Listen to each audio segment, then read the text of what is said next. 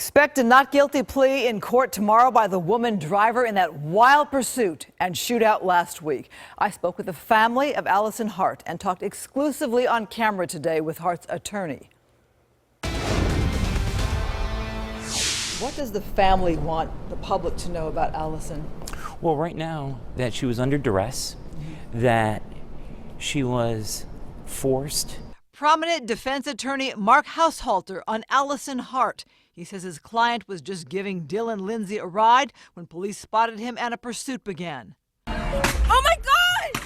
Oh my gosh! Lindsay pulled out a gun and began firing at police.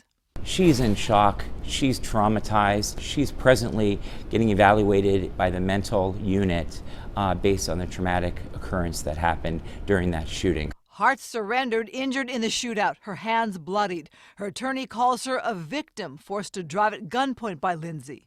We're looking at a situation where Allison put her trust in trying to help this young man potentially, and look what happened. She was held at gunpoint, traumatized, and ended up getting shot in the process. He doesn't know if Hart knew that Lindsay was wanted in the murder of a Downey convenience store owner. Haushalter does say Hart has no connection to that crime. But her family says they knew Lindsay to be violent. The 24-year-old had stayed in a guest room in the family home where 37-year-old Hart was living. Neighbors told Fox 11 News drugs may have played a role.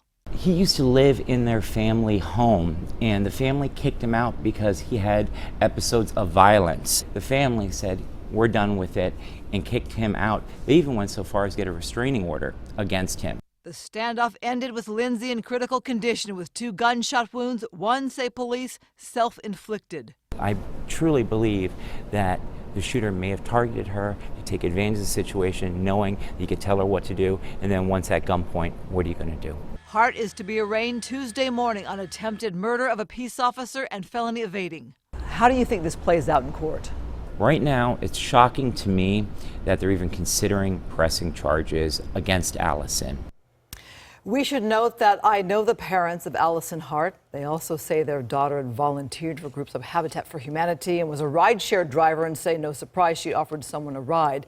They had not seen the pursuit on Friday. So his basic point is that she's an innocent victim, but clearly prosecutors, at least so far, don't believe that, because that's why they're charging her with the crime. Right. He thinks they're going to know a lot more tomorrow in court when the prosecutors are there and lay out their case, and we will be there. Fox 11. All right, it'll be interesting to follow that.